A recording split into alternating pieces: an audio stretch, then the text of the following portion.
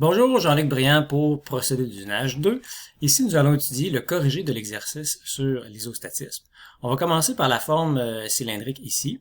Dans cette pièce-là, on veut simplement venir usiner la rainure qui est ici en gras. On va regarder les tolérances qui viennent positionner cette rainure-là. On a une cote de 50 plus ou moins 0.3, une cote de 10 pour la largeur à plus ou moins 0.3 et une cote pour la profondeur à 45 plus ou moins 0.1. Si on regarde les tolérances, la tolérance la plus serrée vient de la cote de 45 qui est à plus ou moins 0.1. C'est elle qui est la plus serrée, donc c'est sur elle qu'on va mettre le plus de points de référence ou de surface de contact.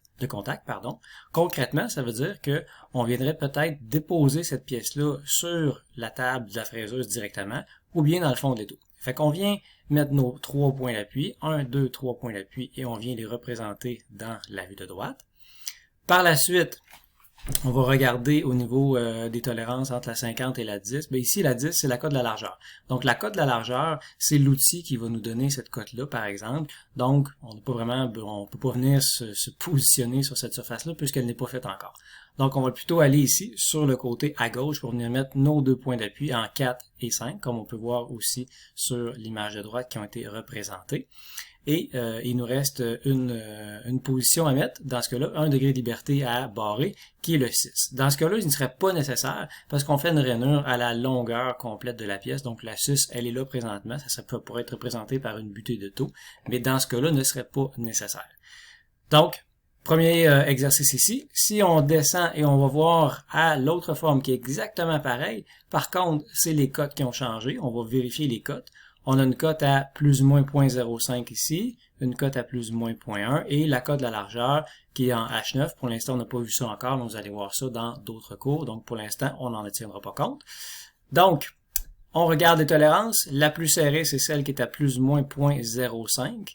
Donc, qu'est-ce qu'on devrait faire sur cette surface-là? C'est venir mettre tout simplement des références. Donc, nos 3 points d'appui, 1, 2 et 3, on les voit ici sur l'image de droite, 1, 2 et 3.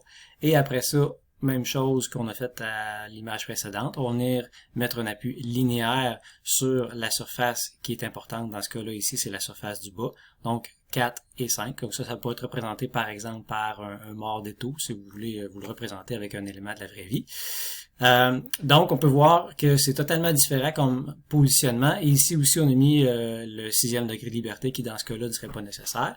Donc, tout dépendamment vos tolérances, comment qu'elles sont, les surfaces de référence vont changer. Donc, le positionnement dans l'étau ou sur la machine ici serait différent pour s'assurer de respecter les tolérances. Et ça veut dire aussi ça, que si on regarde, par exemple, la surface de droite ici, j'ai aucune cote qui part de cette surface-là. Donc, cette ligne-là ou cette surface-là pourrait être tout croche, pourrait être coupée à la scie ou aux torches, et ça ne dérangerait absolument pas le fonctionnement de cette pièce-là ou l'utilité de la pièce. Donc, c'est très important de respecter les dimensions avec leur surface de référence.